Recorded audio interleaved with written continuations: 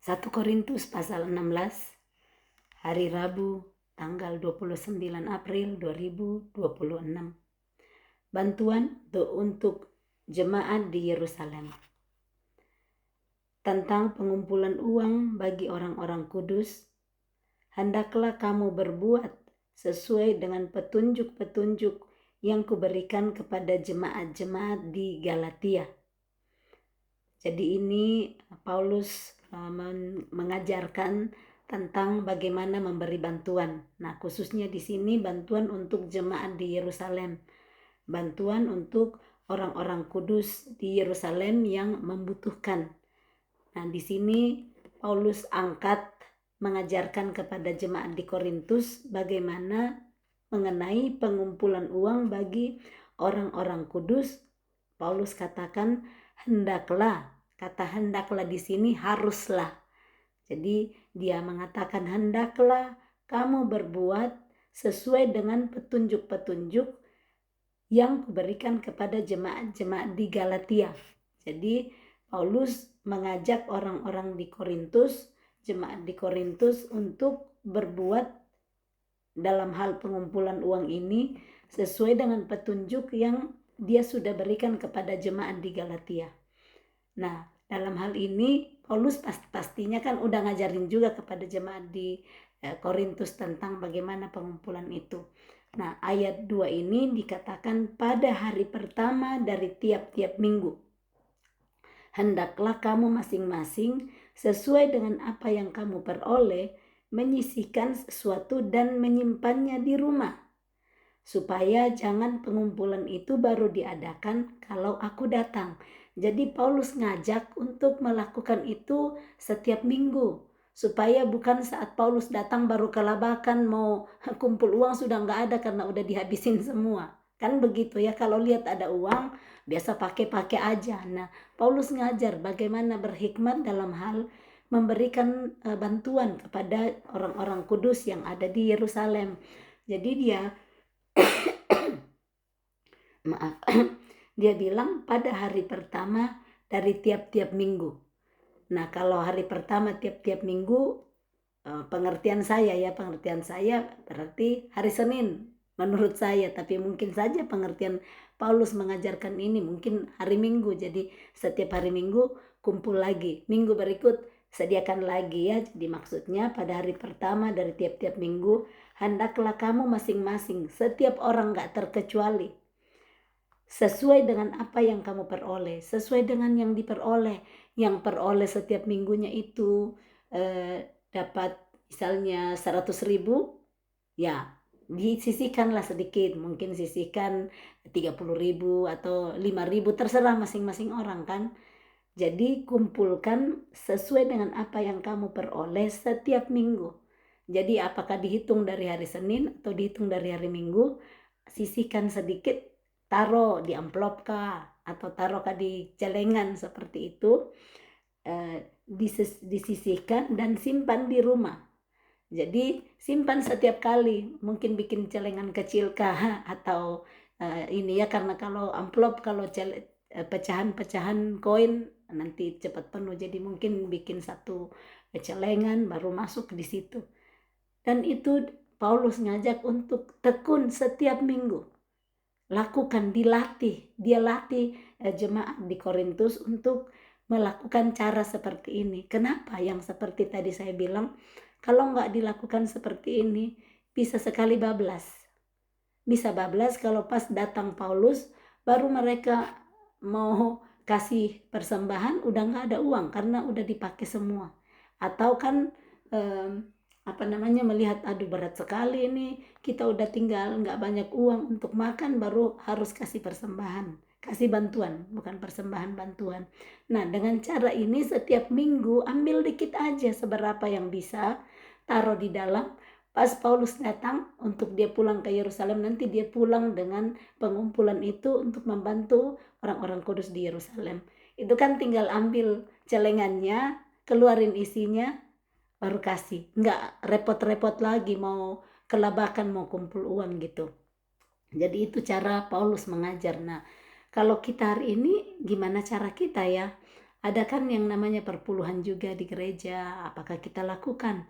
Saya sangat bersyukur karena saya mempelajari tentang perpuluhan itu 15 tahun yang lalu, dan saya setia lakukan sampai hari ini.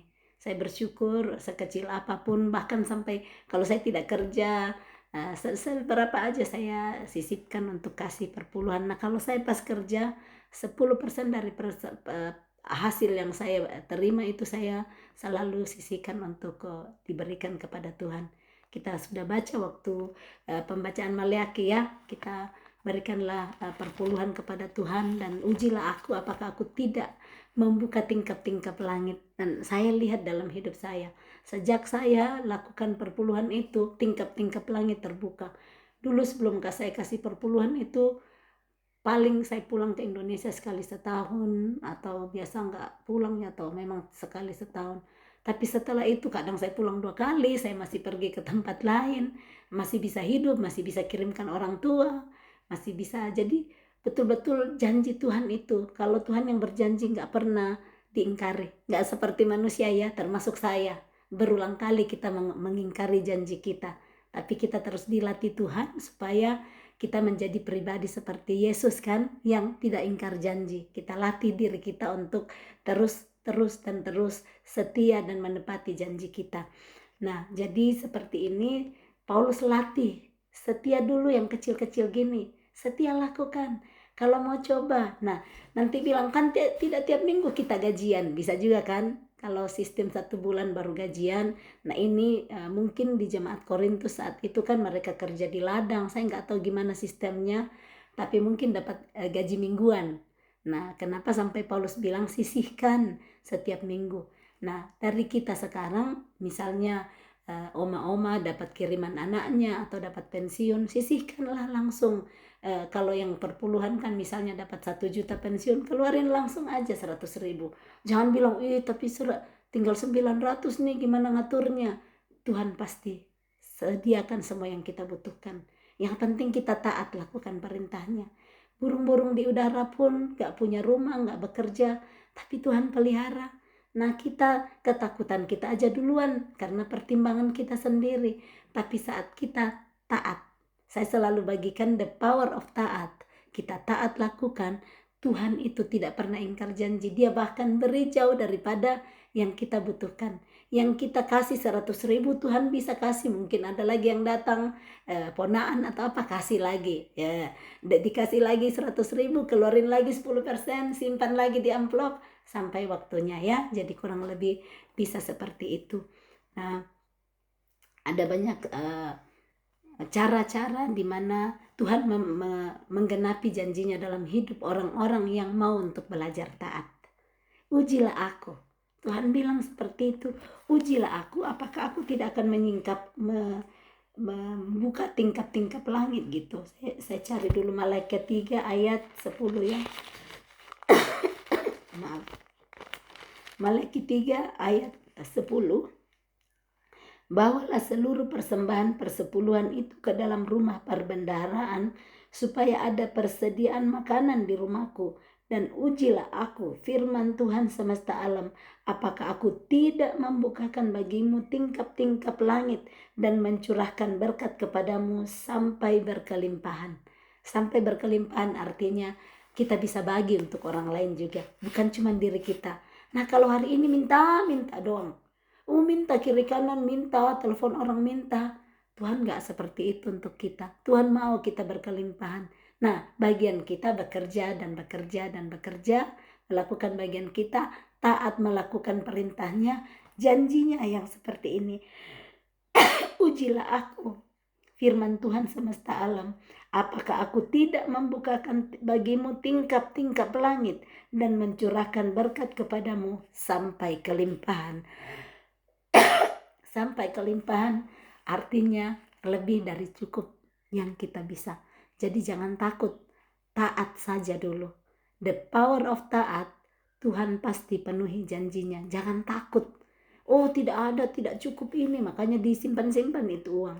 Taatilah, ini cara Paulus mengajar, simpan dulu setiap minggu, taruh di situ. Jadi yang cuman 1 kali sebulan dapat pendapatan, ya nggak bikin sistem Paulus ini kan, langsung keluarkan 10% taruh di dalam celengan persembahan untuk nanti dikasih, celengan pengumpulan. Nah itu perpuluhan. Kalau ada yang namanya mau kumpulkan kepada orang-orang, bisa taruh lagi sedikit, mungkin taruh 10.000 gitu, setiap minggu 10.000, kalau akhir bulan sudah 50.000, bisa kasih bantuan. Jadi beda yang perpuluhannya. Saya sudah saksikan betul bagaimana buah dari ketaatan. Buah ketaatan. Dulu saya nggak tahu itu namanya perpuluhan. Saya nggak pernah kasih perpuluhan waktu saya masih di Indonesia. Tapi setelah saya belajar tentang perpuluhan, saya kerjakan, saya lakukan. Betul-betul janji Tuhan, ujilah aku. Tingkap-tingkap langit dibukakan pekerjaan. Saya bisa pergi bekerja dan bisa dapat gaji yang sebelumnya nggak ada pekerjaan. Cuman tunggu dari suami untuk bisa hidup setiap hari. Ya, kita lanjut. Jadi saya ulang dulu di sini. Pada hari pertama dari tiap-tiap minggu, hendaklah kamu masing-masing sesuai dengan apa yang kamu peroleh, menyisihkan sesuatu dan menyimpannya di rumah, supaya jangan pengumpulan itu baru diadakan kalau aku datang. Sesudah aku tiba, aku akan mengutus orang-orang yang kamu anggap layak dengan surat ke Yerusalem untuk menyampaikan pemberianmu. Jadi bukan Paulus ternyata yang bawa langsung uangnya ya, uang pemberian. Dia akan utus orang-orang yang dianggap layak, artinya orang yang dipercaya. Jangan sampai dikasih untuk bawa ke Yerusalem, di tengah jalan malah dihabis-habisin, baru bohong. Maaf tadi di tengah jalan kami kecurian, padahal dipakai, pergi minum-minum, pergi merokok, pergi mabuk-mabukan.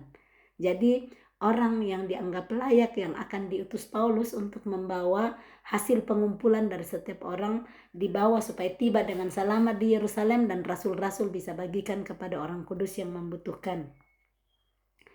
Kalau ternyata penting bahwa aku juga pergi, maka mereka akan pergi bersama-sama dengan aku. Jadi maksudnya Paulus kalau penting dia harus pergi juga, bawa ini hasil pengumpulan bersama orang-orang yang dianggap layak tadi, maka Paulus juga akan pergi.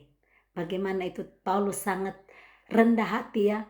Paulus itu sangat lemah lembut karena dia bisa dibengkokkan kemana saja. Ingat pengajaran tentang lemah lembut, bukan cuma berbicara lemah lembut, tapi kalau dibilang tinggal disuruh pergi, dia ngikut apa suara Roh Kudus di dalam hidupnya.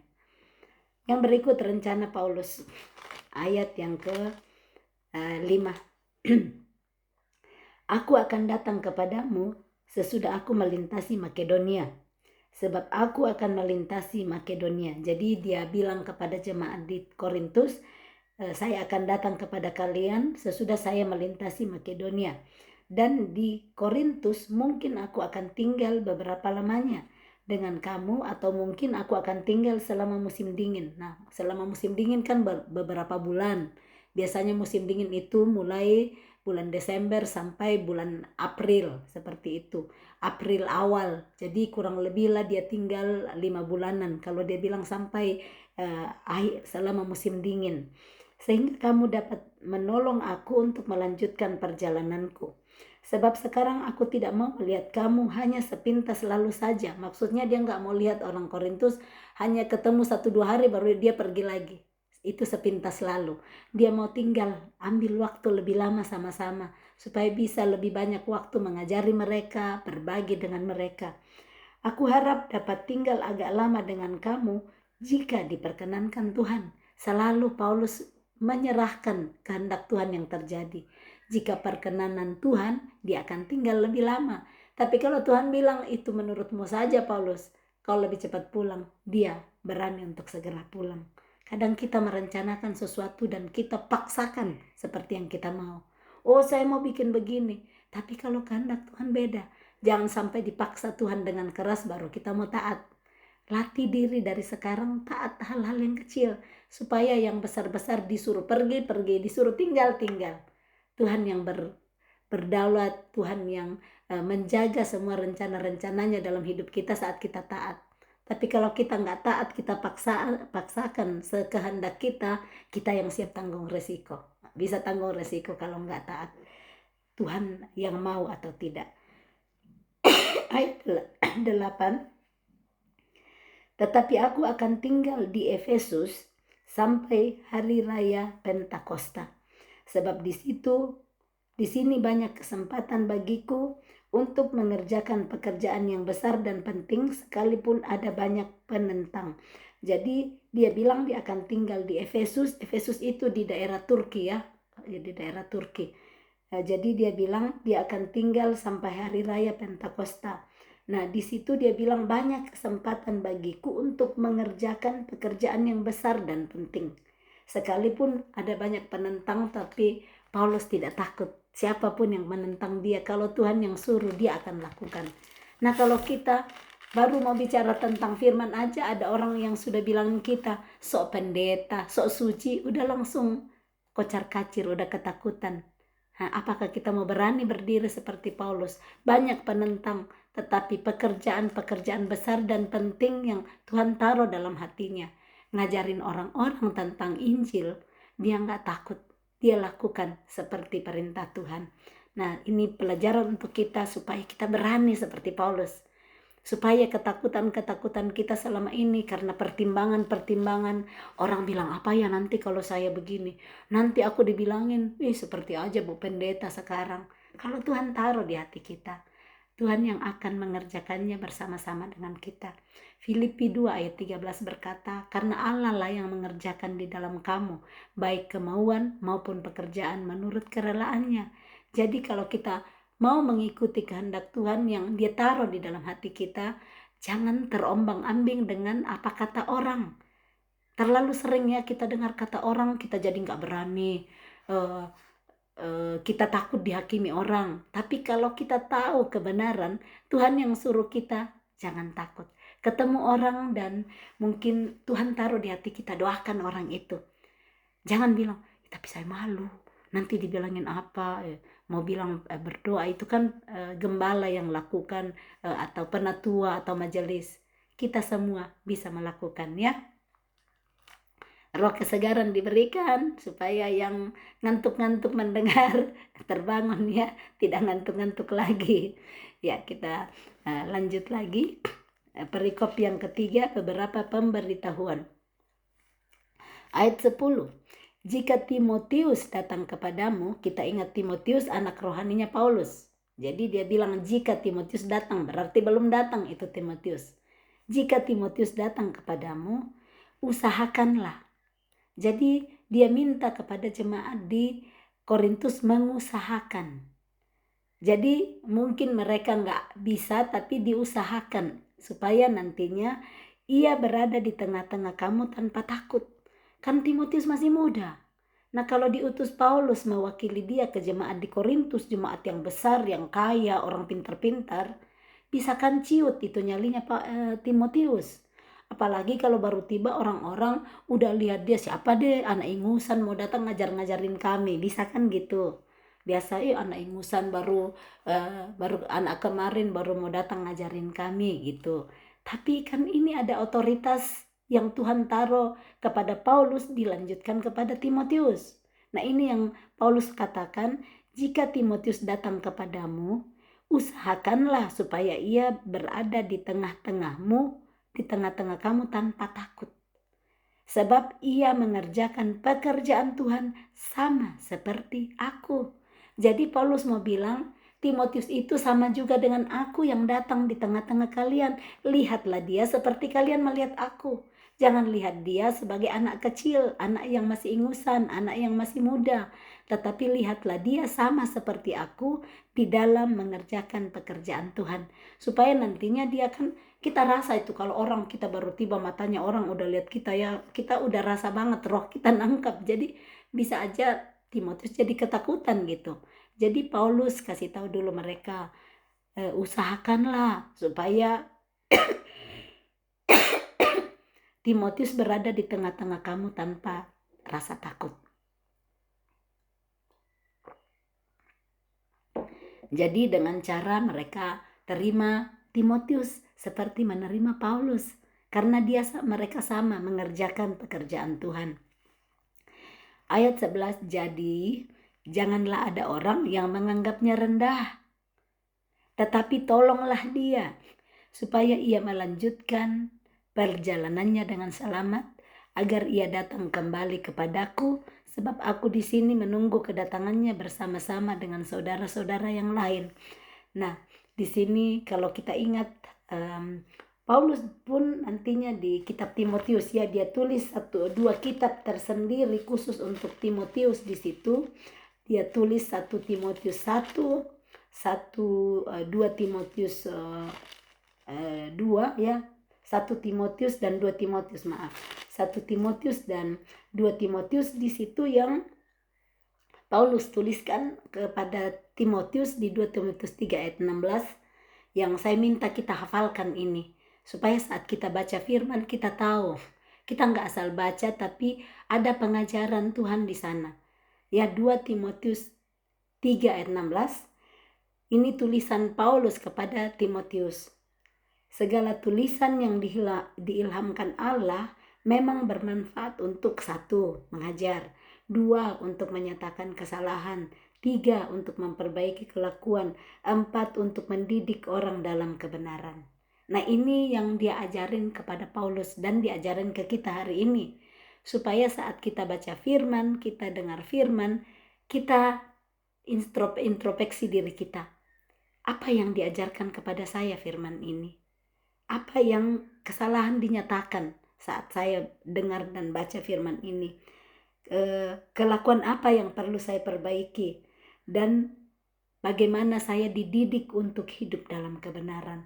Kalau dari hari ke hari kita baca firman dengan 4 pegangan ini, pasti ada transformasi dalam hidup kita. Tapi kalau sudah bertahun-tahun dari hari ke hari baca firman, sudah selesai berulang-ulang baca Alkitab, nggak pernah transformasi di hidup, masih cerewet terus, masih suka marah-marah sama istri, masih suka marah-marah sama suami, masih pelit, masih suka gosip, itu perlu dipertanyakan. Ini 2 Timotius 3:16 belum dikerjakan.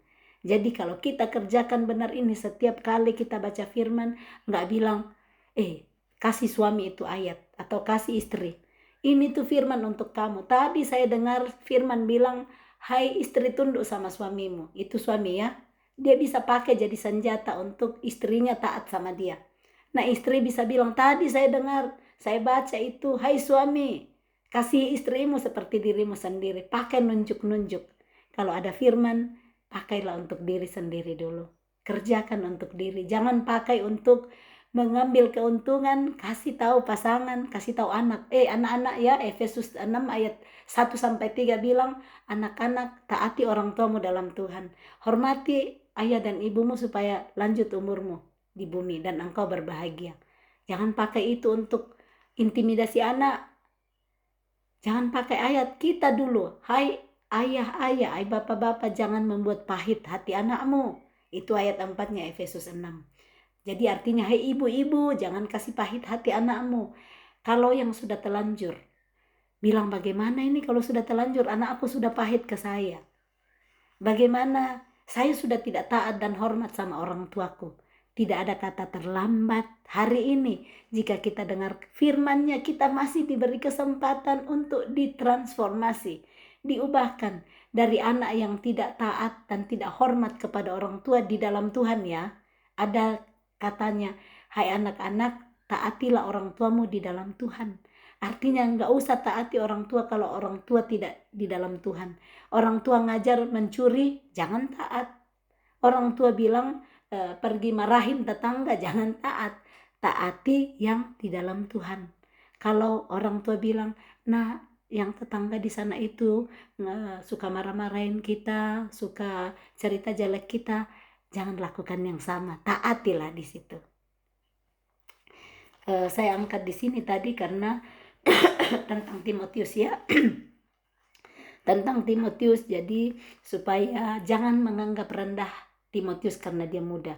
Nah, nanti dalam pengajarannya juga langsung kepada Timotius kan, yang di situ dia katakan, jangan orang menganggap engkau rendah karena engkau muda kan, tetapi jadilah teladan bagi orang-orang yang lebih tua daripada engkau. Jadi Timotius pun diajarin, jemaat di Korintus pun diajarin. Jadi Paulus itu tidak pilih-pilih, bilang cuman ngajarin satu orang, tapi dia ajar kepada Timotius, dia ajar juga kepada orang-orang di Korintus yang dia kirimkan surat. Nah, jadi seperti ini di kitab Timotius yang dikatakan, jangan seorang pun menganggap engkau rendah karena engkau muda, tetapi jadilah teladan.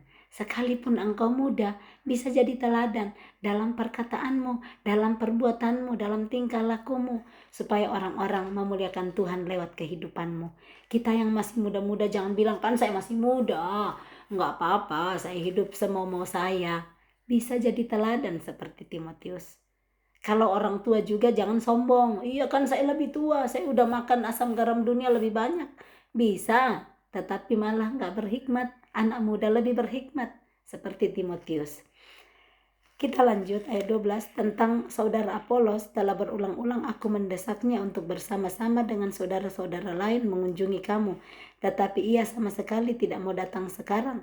Kalau ada kesempatan baik, nanti ia akan datang. Jadi dia berbicara juga tentang Apolos ya, yang diceritakan sebelumnya di 1 Korintus pasal yang ke-1, di mana orang-orang sudah berbagi-bagi kelompok sebelumnya, karena Apolos juga pernah datang mengajar di jemaat Korintus.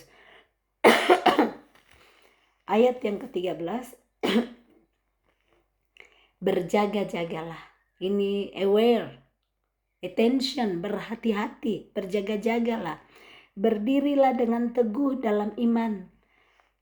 Kenapa diminta berjaga-jaga? Bisa sekali itu ada ujian datang, ada goncangan datang. Jadi tetap berjaga-jaga, berdirilah dengan teguh dalam iman. Kenapa? Bisa sekali iman digoncangkan.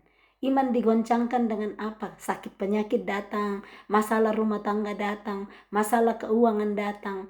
Itu yang dibilang berjaga-jaga. Jadi jangan, kalau sudah semua baik-baik, rumah tangga aman-aman, uang cukup untuk makan minum, semua, tetap Paulus bilang berjaga-jagalah, berdirilah dengan teguh dalam iman. Kalau kita berdiri dengan teguh dalam iman, tidak akan tergoncangkan.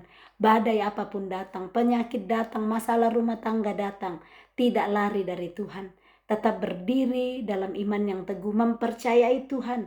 Makanya kan di Roma itu dia sudah kirimkan surat ke jemaat Roma 8:28, Allah turut bekerja dalam segala perkara untuk mendatangkan kebaikan bagi setiap orang yang mengasihi Dia. Jadi bukan setiap orang ya yang Allah turut bekerja. Allah turut bekerja bagi setiap orang yang mengasihi Dia, bagi yang sudah terpanggil sesuai dengan kehendak Tuhan. Jadi jangan pakai ayat stop, Allah turut bekerja dalam segala perkara. Tidak demikian. Ada lanjutannya. Bagi setiap orang yang mengasihi Dia. Bagaimana itu mengasihi Tuhan? Yohanes 14 ayat 15. Barang siapa yang mengasihi aku, ia menuruti segala perintahku. Jadi jangan ambil sepotong baru Tuhan turut bekerja, saya pergi mencuri, saya pergi selingkuh, saya pergi bohong, saya pergi ini, Allah turut bekerja di dalam, saya nggak ketahuan. Puji Tuhan, nggak ketahuan waktu saya pergi ke selingkuhanku, nggak ketahuan iblis yang jaga-jaga di situ. Jadi jangan ambil untuk bekerja melakukan yang tidak disetujui oleh Tuhan. Ini maksudnya kita jatuh dalam ujian-ujian, mungkin dalam sakit penyakit, keuangan. Di sana kalau kita tetap taat, the power of taat, the power of rela, the power of rendah hati, the power of mau, the power of percaya, Tuhan di sana yang beri kita kekuatan. Tuhan di sana yang akan menemani dan memberi jalan keluar.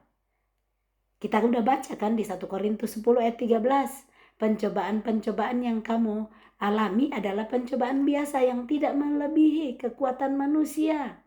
Saat kamu dicobai, Tuhan akan menemani dan memberikan jalan keluar. Seperti itulah yang Allah turut bekerja dalam segala perkara, tetapi kuncinya adalah bagi setiap orang yang mengasihi Dia, yang mau menuruti segala perintahnya. So hari ini mari kita latihan untuk mengasihi Tuhan. Mengasihi Tuhan itu perlu latihan. Latihan menuruti segala perintahnya. Makanya di Yehezkiel 36 ayat 27 dikatakan, Rohku akan kuberikan diam di dalam batinmu, supaya dan aku akan membuat engkau hidup menurut segala ketetapanku. Siapa yang membuat kita hidup menurut segala ketetapannya? Tuhan sendiri. Tetapi kuncinya di mana? Di saya. Kenapa? Kalau Tuhan mau membuat saya hidup menurut segala ketetapannya, tapi saya tidak mau, saya tidak bisa mengasihi Tuhan. Tetapi kalau saya mau, the power of mau, Tuhan sudah mau memberikan itu. Tuhan yang taruh rohnya dalam batin kita. Tetapi keputusan ada pada kita. Jadi jangan bilang, tidak bisa Tuhan. Tidak. Yang tidak mau melakukan adalah kita, karena Tuhan yang mau membuat kita hidup menuruti segala perintahnya, menuruti ketetapannya. Kalau ada yang bilang, aduh Tuhan, tapi berat sekali Pak ketetapanmu Tuhan. Ini orang jahat sekali sama saya, Tuhan suruh saya ampuni. Dia pun itu menjahati saya berulang-ulang Tuhan. Aduh, sudah lebih dari 10 kali Tuhan. Yesus bilang, ampuni 70 kali 7 kali. Masih bisa diampuni. Kalau baru 10 kali, baru 20 kali, baru 30 kali, baru 40 kali. Banyak banget, berat sekali Tuhan. 1 Yohanes 5 ayat yang ketiga mengatakan, perintah-perintahnya tidak berat. Janjinya Tuhan ya. Mari kita baca bersama-sama selengkapnya. 1 Yohanes 3 ayat 15 ayat 1 Yohanes 5 ayat 3. Sebab inilah saya mulai dari ayat 2 supaya kita ngerti. Inilah tandanya bahwa kita mengasihi anak-anak Allah, yaitu apabila kita mengasihi Allah serta melakukan perintah-perintahnya. Kalau kita mengasihi Allah, kita melakukan perintah-perintahnya. Jamak, bukan cuma satu perintah. Jangan bilang, saya sudah tidak mencuri, masih ada perintah lain. Kita perlu ikuti segala perintahnya, sebab inilah kasih kepada Allah. Kalau saya bilang saya mengasihi Allah, itulah kasih, yaitu bahwa kita menuruti perintah-perintahnya. Dan titik ya, bahwa kita menuruti perintah-perintahnya, titik. Perintah-perintahnya itu tidak berat. Jadi ternyata yang saya pikir berat sekali selama ini tidak berat. Itu firman Tuhan yang katakan. Jadi kalau berat, hari ini saya mau bilang, firman-Mu berkata, perintah-perintahku tidak berat. Supaya yang berat sekali saya lakukan selama ini menjadi ringan. Karena Dia yang lakukan dalam saya. Tapi kalau saya yang mau lakukan betul, pasti berat sekali dan pasti saya tidak sanggup. Pasti tidak sanggup. Bagaimana orang mengampuni orang yang bunuh anaknya, contoh ya, kita biasa baca itu. Yang bunuh anaknya dia bisa ampuni di pengadilan kalau bukan Tuhan. Jadi perintah yang sangat berat itu menurut kita menjadi tidak berat saat kita manut aja, taat aja kepada perintah Tuhan. Dia yang mengerjakan di dalam kita. Suamiku jahat sekali, dia lebih pilih pergi sama keluarganya, tinggalin aku sendiri, tinggal sendiri di rumah besar. Dia pergi enak-enak sama keluarganya, bisa cerita-cerita sama keluarganya. Saya sendirian tinggal di rumah, bisa begitu. Bagaimana saya bisa ampuni? Egois sekali dia. Tuhan bilang, perintah-perintahnya tidak berat, gampang. Kalau menyerahkan semua hidup kita kepada Tuhan, Dia yang memerintah atas hidup kita. Matius 6:33 versi bahasa Indonesia masa kini mengatakan, jadi usahakanlah dahulu supaya Allah memerintah atas hidupmu. Perlu diusahakan supaya Allah memerintah perintah-perintahnya yang kita lakukan, maka akan gampang kalau kita usahakan. Tapi betul, nggak jadi langsung seperti itu. Yang sebelumnya susah sekali ngampunin, kalau nggak diusahakan tidak akan pernah sampai kita mati. Tapi kalau kita mulai usahakan sedikit demi sedikit, maka dari yang tidak mungkin menjadi mungkin. Terpenuhilah firman Tuhan. Yang tidak mungkin menjadi mungkin, tapi perlu diusahakan. Jangan berpikir datang itu seperti tongkat sihir bilang, simsalabim, saya langsung bisa. Tidak. Perlu diusahakan lebih dahulu dengan pertolongan Roh Kudus. Roh Kudus yang tolong kita. Dari yang pertama susah sekali mau senyum sama orang yang jahatin kita. Tapi saat kita mulai mengusahakan, udah mulai senyum. Sama pasangan yang sebelumnya kita jengkel terus lihat, udah mulai sayang. Besok lagi sayang, padahal sebelumnya susah sekali sebut. Dan dari perubahan kita, transformasi kita, pasangan yang sekeras apapun pasti bisa dimenangkan. Di mana saya berani berkata begitu? 1 Petrus 3 ayat 1 dan 2. Saya sudah sering bagi waktu kita baca tentang 1 Korintus 7. Saya pernah bagi di sini. 1 Petrus 3 ayat 1 dan 2. Demikian juga kamu hai istri-istri, tunduklah kepada suamimu, supaya jika ada di antara mereka yang tidak taat kepada firman, mereka juga tanpa perkataan, gak usah bicara-bicara, cuma aksi saja. Dari kita tanpa perkataan, aksi saja. Mereka juga tanpa perkataan dimenangkan oleh apa? Kelakuan istrinya bisa memenangkan suaminya. Ternyata perkataan bisa tidak memenangkan suami, tapi kelakuan bisa memenangkan suami. Perkataan yang cuma cerewet, cuma ngomel-ngomel, pasti malah membuat suami lebih lari. Tetapi saat kelakuan istri, mulut ditutup, tetapi kelakuannya berubah. Yang sebelumnya gak pernah bikinin kopi, mulai bikinin kopi. Mulai senyum-senyum sama suami, mulai datang, sayang, mau makan apa siang ini? Yang sebelumnya masak dengan muka cemberut, bunyi-bunyiin semua panci saat masak. Tapi masakan asal ditaruh asin banyak sekali, karena gak ada hati yang tulus mau kerjakan dari bawah. Tetapi saat mau menerima Roh Kudus mengubah, mentransformasi hidup kita, maka memasak pun akan dengan kasih. Masak yang terbaik, dihidangkan yang terbaik. Pasangan yang sebelumnya asal ditawarin aja, udah masak tuh, makan. Taruh pancinya, loyangnya di atas tempat, di atas meja kan. Sekarang berubah. Sekarang istriku taruh piring cantik-cantik, dihiasi-hiasi itu makanan. Pasti suami lihat, ada apa dengan istriku? Kenapa udah berubah seperti ini? Suami pasti diubahkan seperti firman Tuhan. Tanpa perkataan dimenangkan oleh kelakuan istrinya. Kunci kelakuan bisa mengubahkan orang lain. Kalau suami bisa diubahkan seperti ini, istri juga bisa diubahkan. Hai suami-suami, kerjakan firman dengan kelakuanmu. Hai istri-istri, kerjakan firman dengan kelakuanmu. Hai ibu-ibu, kerjakan firman dengan kelakuanmu. Hai bapak-bapak, kerjakan firman dengan kelakuanmu. Pasti anakmu, suamimu, siapapun sanggup diubahkan oleh Tuhan dengan perubahan kelakuan. Inilah yang dikatakan, satu orang bertobat dalam satu rumah, seisi rumah diselamatkan. Firman ini jangan salah mengerti. Satu orang bertobat semua diselamatkan. Bertobat baru gak berubah.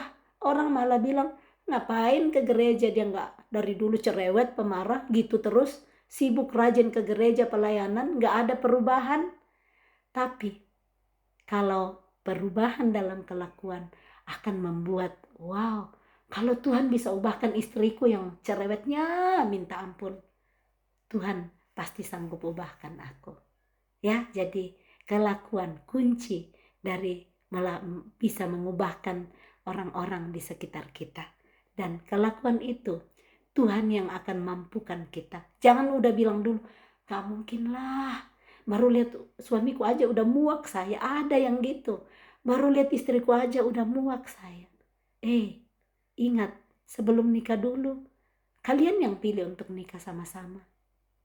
Kenapa sekarang mau bilang saya muak? Lihat, saya mau muntah, lihat. Jadi minta ampun sama Tuhan. Berubahlah terlebih dahulu. Jangan tunggu pasanganmu berubah. Engkau dulu yang berubah. Kita lanjut. Jadi ini, berjaga-jagalah, berdirilah dengan teguh dalam iman, bersikaplah sebagai laki-laki dan tetap kuat. Sebagai laki-laki maksudnya ambil tanggung jawab sebagai laki-laki ya. Laki-laki itu imam, jadilah bertanggung jawab. Jangan malah serahkan tanggung jawab kepada istri, jangan malah melarikan diri dari tanggung jawab. dan tetap kuat. Artinya bisa lemah, dikasih tahu semua dulu. Tetap kuat, dipersiapkan. Kalau dikatakan gini, artinya bisa sekali ada masa bisa jadi lemah dalam hidup. Tetaplah kuat. Lakukanlah segala pekerjaanmu dalam kasih. Itu tadi masak. Kalau masak tidak dengan kasih, pasti bisanya nanti itu masak dengan panci loyang itu bunyi-bunyi, bahkan kasih jatuh piring pecah, karena tidak dengan kasih dilakukan. Lakukan segala pekerjaanmu dalam kasih. Cuman sayur masak air bening, tapi kalau dengan kasih, yang makan itu akan rasakan enaknya. Tapi itu paha ayam besar-besar pun, lobster pun di depan, kalau melakukan dengan jengkel, marah-marah, hasilnya beda. Bumbu yang paling enak di dapur kita, ibu-ibu, adalah bumbu kasih. Bumbu kasih adalah bagaimana melakukan dengan tanpa sungut-sungut, tetapi melakukan pekerjaan apapun dalam kasih, ya.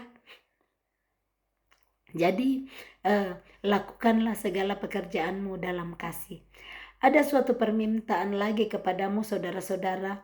Kamu tahu bahwa Stefanus dan keluarganya adalah orang-orang yang pertama-tama bertobat di Akaya, dan bahwa mereka telah mengabdikan diri kepada pelayanan orang-orang kudus. Karena itu, taatilah orang-orang yang demikian, dan setiap orang yang turut bekerja dan berjari lelah. Paulus katakan ada ini keluarga Stefanus, bukan Stefanus yang sudah dibunuh dulu mungkin ya, maaf saya nggak terlalu cari tentang siapa Stefanus ini. Stefanus dan keluarganya adalah orang-orang pertama yang bertobat di Akaya, dan mereka mengabadikan diri kepada pelayanan orang-orang kudus. Jadi mereka yang duluan bertobat terus melayani sesudahnya. Nah, Paulus ajak di sini katakan karena itu. Karena kenapa? Karena mereka lah yang melayani, mereka yang duluan bertobat. Karena itu taatilah orang-orang demikian. Taatilah Stefanus dan keluarganya. Karena orang-orang demikian itu yang sudah turut bekerja dan berjerih payah untuk bekerja buat saudara. Jadi lihat orang-orang yang berjerih lelah dalam hidupmu, yang berjerih lelah untuk melakukan pekerjaan Tuhan karena mereka lebih dahulu bertobat, disentuh Tuhan, dan mereka tahu betapa luar biasanya kasih Tuhan, dan mereka rela untuk melayani saudara. Taatilah, seperti ini dikatakan, taatilah orang-orang demikian. Kalau mereka katakan sesuatu, percaya deh untuk kebaikan saudara, bukan untuk kebaikan mereka. Seperti inilah yang Paulus mau bilang tentang Stefanus dan keluarganya. Mereka yang turut bekerja dan berjerih payah, nggak dapat gaji, mereka kasih waktu mereka untuk saudara, mereka kasih semua, bahkan mereka yang kasih untuk saudara. Jadi nantinya keteladanan ini lakukan juga lah. Saat saudara nanti semakin dewasa, Tuhan akan bawa juga orang-orang dalam hidup saudara. Ini yang Paulus mengajarkan. Ayat 17. Aku bergembira atas kedatangan Stefanus, Fortunatus, dan Akaikus, karena mereka melengkapi apa yang masih kurang padamu. Karena mereka menyegarkan rohku dan roh kamu. Hargailah orang-orang yang demikian. Jadi Paulus juga mengatakan, aku bergembira atas kedatangan ini tadi ya, Stefanus, Fortunatus, dan Akaikus. Nah, orang-orang ini melengkapi apa yang masih kurang pada mereka. Kita perlu terbuka, menerima orang-orang yang Tuhan bawa dalam hidup kita, karena itu melengkapi kekurangan kita. Kita saling melengkapi. Tapi kalau kita terus-terus bilang, sudah cukup saya begini, saya nggak butuh orang lain, saya sudah tahu semua, saya nggak usah diajarin lagi. Atau yang ngajar bilang, saya udah tahu semua. Nah, seperti ini yang Paulus bilang bahwa dia akan melengkapi yang masih kurang padamu. Kita akan saling melengkapi kalau kita terbuka. Karena mereka menyegarkan rohku dan roh kamu. Roh kita itu perlu disegarkan. Ya, roh bukan cuma leher yang perlu disegarkan. Ini saya berbicara tadi, saya ada gelas di samping dengan air. Sekali-sekali saya minum air supaya tenggorokan yang agak kering disegarkan. Nah, seperti itu juga roh kita. Bukan cuma leher kita yang perlu disegarkan. Bukan cuma mata kita yang perlu disegarkan lihat pemandangan yang segar. Tapi roh kita juga perlu disegarkan. Dan itu melalui orang-orang yang Tuhan bawa dalam hidup kita seperti Stefanus Fortunatus dan Akaikus. Jadi Tuhan akan bawa orang-orang dalam hidup kita kalau kita terbuka untuk menyegarkan roh kita. Dan Tuhan juga bawa kita dalam hidup orang-orang lain untuk menyegarkan rohnya. Jadi bersiap-siap, kita bisa jadi orang yang menyegarkan orang lain dan kita juga disegarkan oleh orang lain.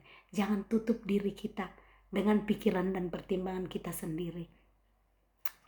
Penutup salam ya, ini ada 1, 2, 3, 4 poin yang Paulus pakai dalam 1 Korintus pasal 16 yang menutup kitab 1 Korintus ini dengan salam. Salam kepadamu dari jemaat-jemaat di Asia Kecil. Ya, Asia Kecil itu Turki masuk Asia Kecil ya, di mana dia tulis tadi dari Efesus. Nah, Aquila, Priscilla dan jemaat di rumah mereka menyampaikan berlimpah-limpah salam kepadamu. Kita ingat ini Aquila, Priscilla, mereka tinggal sama-sama bikin tenda. Nah, mereka menyampaikan salam nggak asal-asalan. Saya pernah itu disalamin orang yang cuma ujung jari gini. Pernah nggak saudara disalamin? Orang salamin tapi cuma ujung jarinya aja yang taruh kasih kita gitu. Saya nggak rasa apakah jijik sama saya atau gimana. Kalau kita salam orang, salamlah dengan sepenuh tangan dan hangat gitu. Hangat menyambut orang menyalami. Ini Aquila, Priscilla dan jemaat di rumah mereka itu dikatakan menyampaikan berlimpah-limpah salam kepadamu. Gak secuil salam, tetapi berlimpah-limpah. Menyalami dengan sepenuh hati. Seperti itu. Kalau salam orang, salamilah dengan sepenuh hati. Kalau peluk orang, kerasa kan kalau orang ya asal-asal peluk aja, gak kerasa itu kasihnya. Tapi kalau peluk orang benar-benar itu dengan berlimpah-limpah kasih, orang yang dipeluk akan rasakan.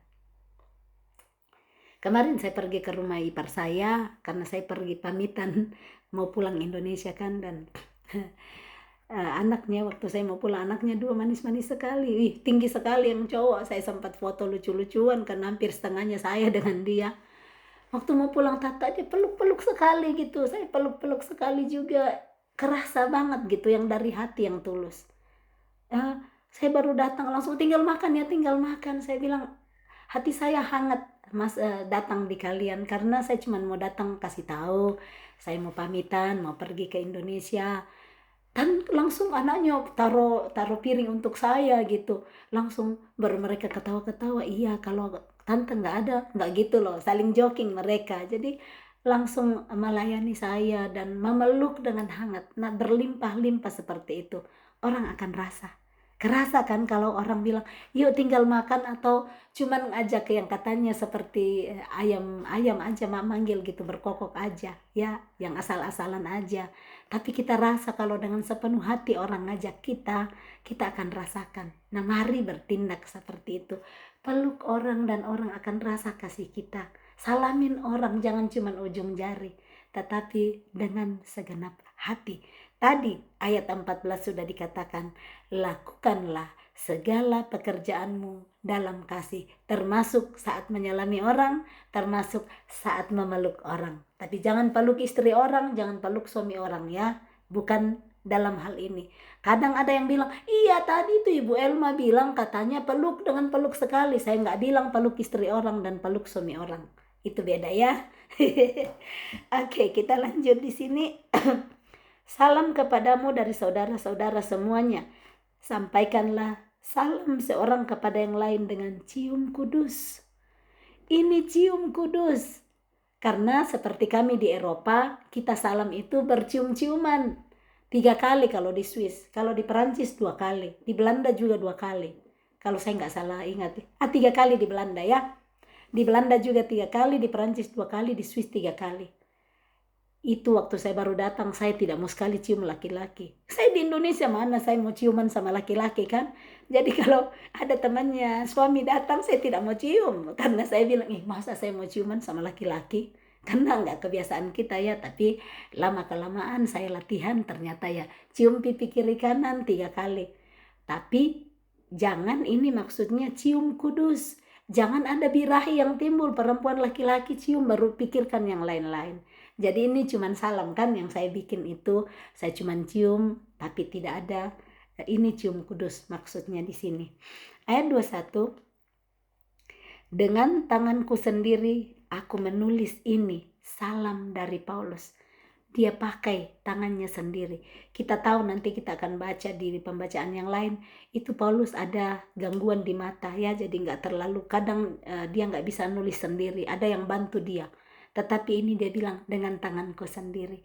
Paulus mengusahakan, sekalipun susah tapi dia usahakan. Dia melakukan dengan kasih. Kemarin kalau dengar rekaman di pembacaan 1 Korintus pasal 15, suara saya nggak ada sekali ya. Sangat susah. Saya bicara itu, aduh berat sekali keluar. Susah sekali keluar. Tapi Tuhan memberikan kemauan dan kerelaan untuk membaca. Dan hari ini saudara bisa dengar sendiri. Tadi masih agak ada halangan-halangan. Tapi wah, ini akhir pembacaan suara saya sudah semakin lebih clear dan jelas. Semua karena anugerah dan kasih-Nya. Amin. Dan ini Paulus pun melakukan, menulis dengan tangannya sendiri, perlu usahakan. Bisa aja bilang, saya nggak ada suara, saya sakit leher, saya nggak mau baca lagi. Bisa pakai alasan kan. Paulus bisa bilang, nggak usah tulis surat nih, ini mataku nggak lihat bagus. Enggak, dia usahakan. Dia lakukan pekerjaannya segala, bukan cuma satu. Baik dalam nulis, maupun berbicara, maupun masak, mau nyetrika, mau peluk, mau salam. Segala pekerjaanmu lakukanlah dalam kasih. Ini inti dari pembacaan hari ini. Ayat 14, 1 Korintus 16 ayat 14. Lakukanlah segala pekerjaanmu dalam kasih. Ayat yang ke-22. Siapa yang tidak mengasihi Tuhan, terkutuklah dia. Wow. Siapa yang tidak mengasihi Tuhan, terkutuklah ia. Maranatha. Ternyata menurut Paulus, dan tulisan ini diilhami Allah ya, barang siapa yang tidak mengasihi Tuhan, orang itu terkutuk. Artinya apa? Barang siapa yang tidak melakukan perintah-perintah Tuhan kan. Saya udah bagi tadi Yohanes 14 ayat 15, 1 Yohanes 5 ayat 3. Barang siapa yang mengasihi aku, dia mengikuti perintah-perintahku tidak berat. Kan? Ternyata siapa yang tidak mengasihi Tuhan, siapa yang tidak mengikuti perintah-perintah Tuhan, terkutuklah ia. Pegang ini, baru ya kita dengar, terkutuklah kalau kita tidak mau taat melakukan perintah Tuhan. Maranatha. Ayat 23, kasih karunia Tuhan Yesus menyertai kamu, kasihku menyertai kamu sekalian dalam Kristus Yesus. Amin. Salam kasih. Tuhan Yesus memberkati. Kiranya Roh Kudus membongkar semua yang tersembunyi, yang terselubung, rahasia-rahasia selama ini dalam hidup kita dari pembacaan 1 Korintus pasal 16 ini. Dan juga dari pasal 1 sampai pasal 16, banyak sekali dibongkar-bongkar di sana. Yang tidak sempat dengar, tidak sempat ikutlah. Kami ada rekamannya di YouTube. Bisa ikut mulai dari 1 Korintus 1, 1 Korintus 2, 1 Korintus 3, sampai 1 Korintus 16 hari ini. Ada juga dari Roma 1, 2, 3, semua lengkap di sana.